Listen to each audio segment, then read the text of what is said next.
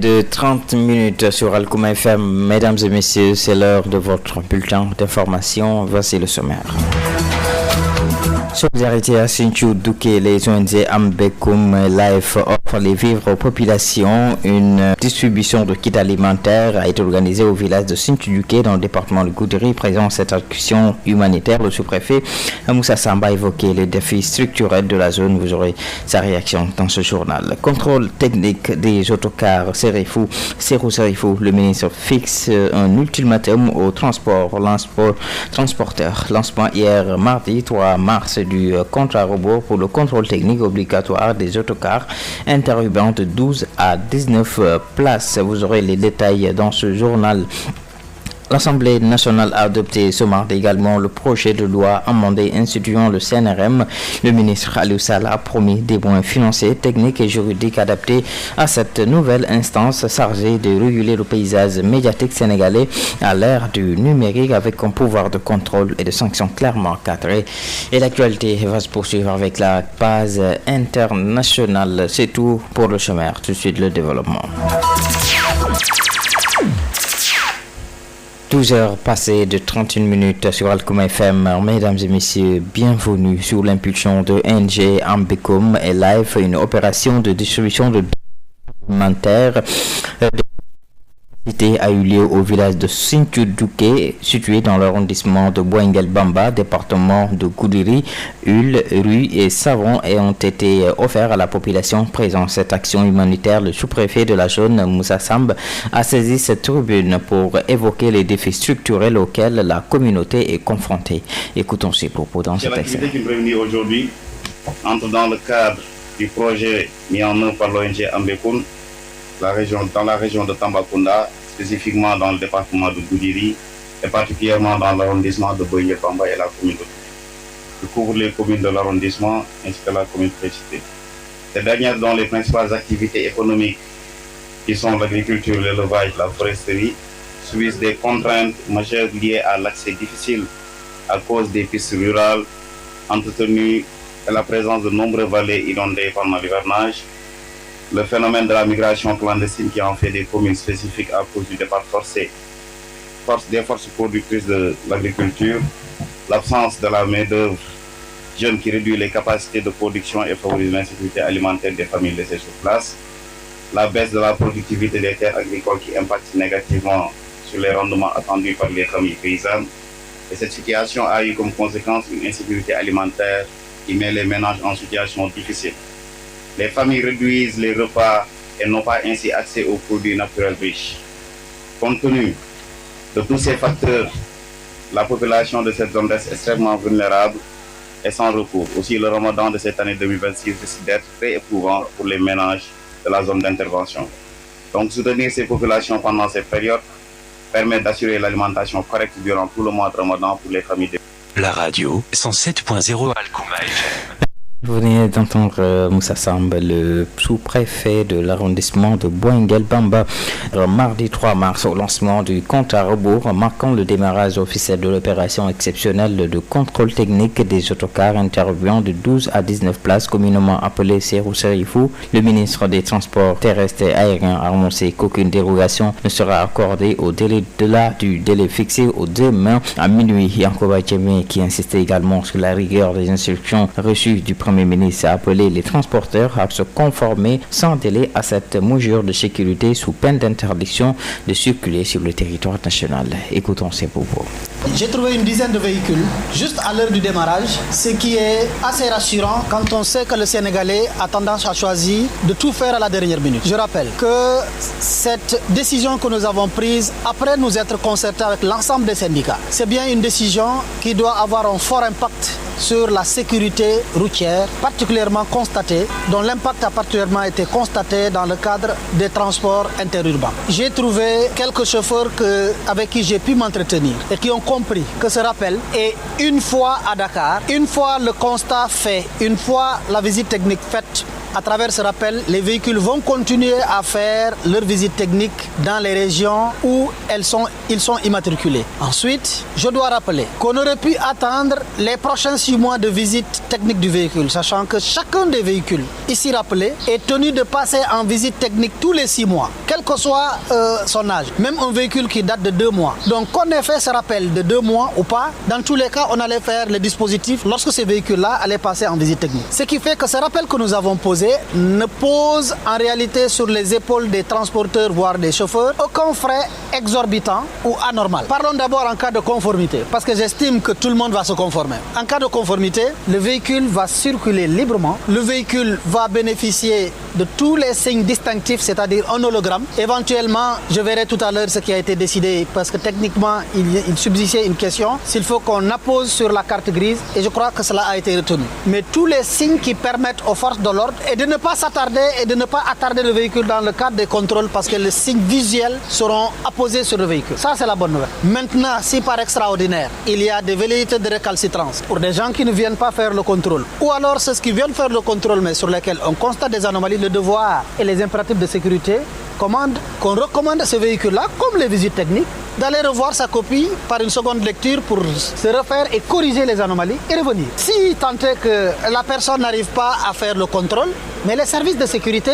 c'est une mesure de sécurité qui ne peut pas souffrir de dérogation. Aucun véhicule qui ne respecte pas les normes ne pourra pas circuler sur le terrain. L'Assemblée nationale a examiné et adopté ce mardi le projet de loi numéro 4/2026 amendé portant création du Conseil national de régulation des médias, une nouvelle instance appelée à redéfinir l'encadrement du paysage médiatique sénégalais à l'ère du numérique. Le ministre de la Communication, des Télécommunications et du Numérique, Aliou Sall, a assuré que le Conseil national de régulation des médias sera doté de moyens financiers, techniques et juridiques à la hauteur de sa mission, avec un pouvoir de contrôle et de sanctions clairement encadrées. Écoutons ces propos.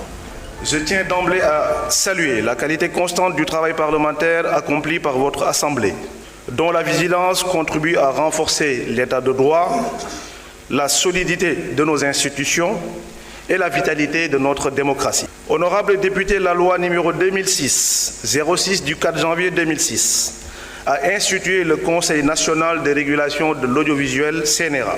Ce cadre a joué un rôle déterminant dans l'organisation et la structuration du paysage audiovisuel national.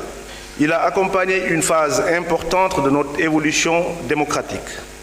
Mais soyons lucides, ce cadre a vécu. Depuis 2006, l'environnement médiatique a connu une mutation profonde, radicale, irréversible. La révolution numérique a explosé nos repères traditionnels. Les plateformes en ligne, TikTok, Facebook, X, Instagram, YouTube, sont devenus les premiers médias de millions de Sénégalais, en particulier nos jeunes. Des créateurs de contenu émergent chaque jour, sans filtre, sans règles, sans responsabilité éditoriale claire. L'intelligence artificielle génère désormais des contenus qu'il est parfois impossible de distinguer du réel. Face à cela, que pouvait faire le CNRA? Rien ou si peu. Parce que le champ de compétences était limité à l'audiovisuel. Parce qu'il n'avait pas de prise sur les plateformes numériques. Parce qu'il manquait d'outils pour traquer les manipulations de l'information, les discours de haine et la désinformation massive. Le statu quo n'était plus une option, honorable député. Il était même devenu une forme de démission. C'est de ce constat est née la réforme que j'ai l'honneur de vous présenter aujourd'hui. Avec le CNRM, nous franchissons un cap décisif. Nous passons d'une régulation sectorielle à une régulation intégrée de l'écosystème informationnel. Qu'est-ce que cela veut dire concrètement? Premièrement, le champ de compétences est radicalement élargi. Le CNRM régulera désormais la presse écrite, la presse en ligne, les plateformes numériques et de partage. Oui, TikTok, Facebook, Instagram, YouTube sont dans le périmètre d'action. Les créateurs de contenu, les médias étrangers accessibles sur le territoire national. La régulation porte désormais sur le contenu technologique utilisé.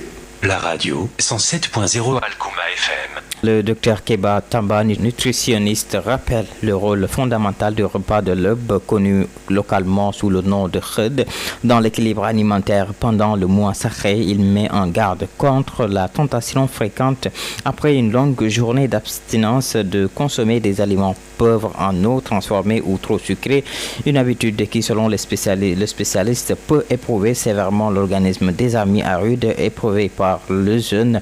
Il insiste sur la nécessité de privilégier une alimentation légère et hydratante pour préserver son système digestif. Le repas, l'un des repas les plus importants, parce que c'est à ce moment de la journée qu'on doit apporter assez de matières premières, assez de nutriments pour que les cellules puissent produire assez d'énergie pour pouvoir maintenant s'occuper de tout le travail qu'il faudrait faire dans la journée. C'est pour cela qu'il est indispensable, il est fondamental. On ne doit jamais sauter le petit déjeuner, encore moins le khud, parce que c'est ce moment où il faudrait apporter, comme je dis, assez de matières premières pour que les cellules puissent fabriquer de l'énergie de qualité. Parce que tout se fait sur la base de l'énergie de qualité qu'on va fabriquer. Maintenant, pendant ce repas, il faudrait une bonne hydratation, c'est-à-dire apporter assez d'eau, parce que le nettoyage qui se fait, l'élimination se fera aussi à travers les urines. Il faut qu'on apporte assez d'eau pour que l'organisme puisse fabriquer beaucoup d'urine à travers lesquelles les déchets et les toxines doivent être éliminés. Donc il faut une forte hydratation, une bonne hydratation. Si les gens ont une capacité hydrique, essayez de boire minimum 1 litre d'eau, et même si c'est possible 1,5 litre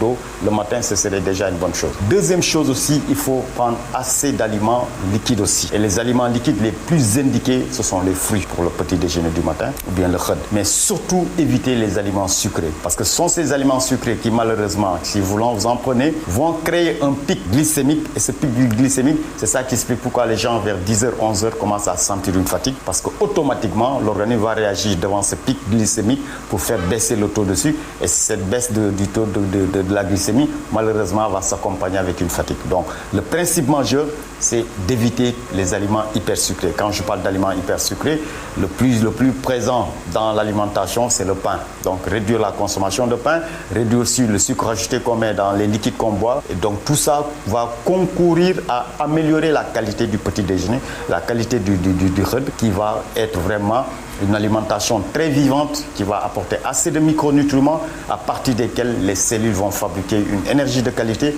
qui va maintenant permettre le nettoyage, comme je l'ai dit, le soin de tout ce qui a comme vraiment travaillé sur le plan physique, physiologique, sur le plan biochimique, qui va nous permettre à la soirée de pouvoir bénéficier des 13 heures ou bien des 14 heures, dépendant des zones d'abstinence alimentaire, pour que le corps puisse éventuellement faire ce travail essentiel.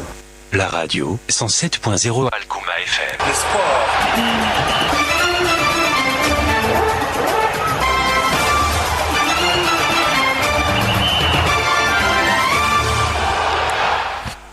Merci beaucoup. À présent, parlons sport national 1, saison sportive toujours 2025-2026, 13e journée, groupe D, les matchs. Hier, Builders FC a fait face à Kayor Foot, un match qui a été terminé par 1-0 en faveur de Builders FC. Également, AS Guney Mboro a fait face à RSI Off. AS Guney a battu RSI Off par 2-0. Dakar FC et Dahra, AS Dahra, un match nul, 3 buts partout. Modèle de Mbao et Zego FC également, et Modèle de Mbao a remporté la rencontre par 4-2. Également, le groupe de le classement Guney Mboro occupe la première place avec 25 points. Modèle Mbao 24 points, des impositions. Dakar FC 3e, 24 points également. Builders FC 21 points. AS Dahra 16 points. Yego 11 points. RSI Off avant-dernier 10 points. Kayor Foot occupe la dernière place avec 8 points. Demain 4 mars 2000, aujourd'hui autant pour moi 4 mars 2026, SMA FC fera face à AS Pikine au stade Alioune Sitoé Diatta à partir de 16h30. Guelewar et Casasport également à partir de 16h30 au stade Massensen. Stade de Mbour et Sonacos également à partir de 16h30 au stade de Caroline Faye de Mbour. AS Kaloum et Diamono Fatick, stade Lamine Gueye. AS Bambey Linguère également stade Bambey. Thiès FC Ndiambour à partir de 16h30 également au stade Maniang Soumaré de Thiès. Génération Foot AS de Rufisque, stade Djibril Diagne à partir de 16h15. Teungueth FC US Gorée, c'est à partir de 16h30 au stade Ngalandou Diouf. Jambar FC et Walidane également au stade Fodé Wade à partir de 16h30. Amitié FC et Dakar Sacré-Cœur également à partir de 16h30 minutes. Terminons l'actualité sportive avec la lutte. Fort de sa belle victoire sur Fils de Tigre il y a quelques semaines, Bou Siteu fera face prochainement au vétéran Ousmane Toucouleur le 2 mai 2026 à Paris dans la journée organisée par Ibrahima Faye de Buzz Production. Ousmane Toucouleur va sortir de sa retraite le temps d'un gala de lutte à Paris. Ancien lutteur qui s'est par ailleurs frotté à des noms connus tels que Tidiane Faye de Lamsar ou Mbaye Diouf. Ousmane Toucouleur sera à l'affiche contre le showman Bou Siteu le 2 mai 2026 à Paris. C'est tout pour l'actualité sportive et d'ailleurs c'est la fin de cette édition, mais avant de vous quitter, je vous fais le rappel des titres.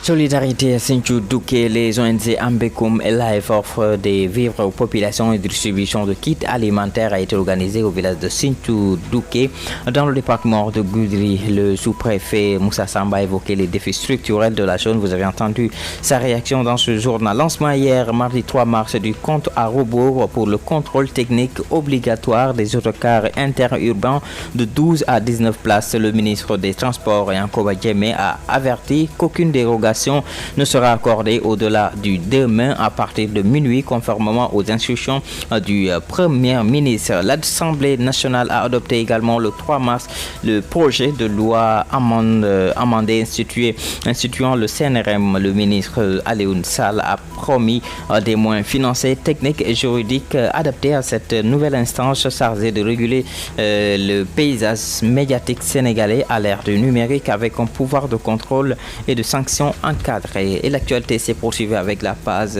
sportive. Merci de votre confiance. On se donne à 12h, 13h30 pour la version Wolof. Portez-vous.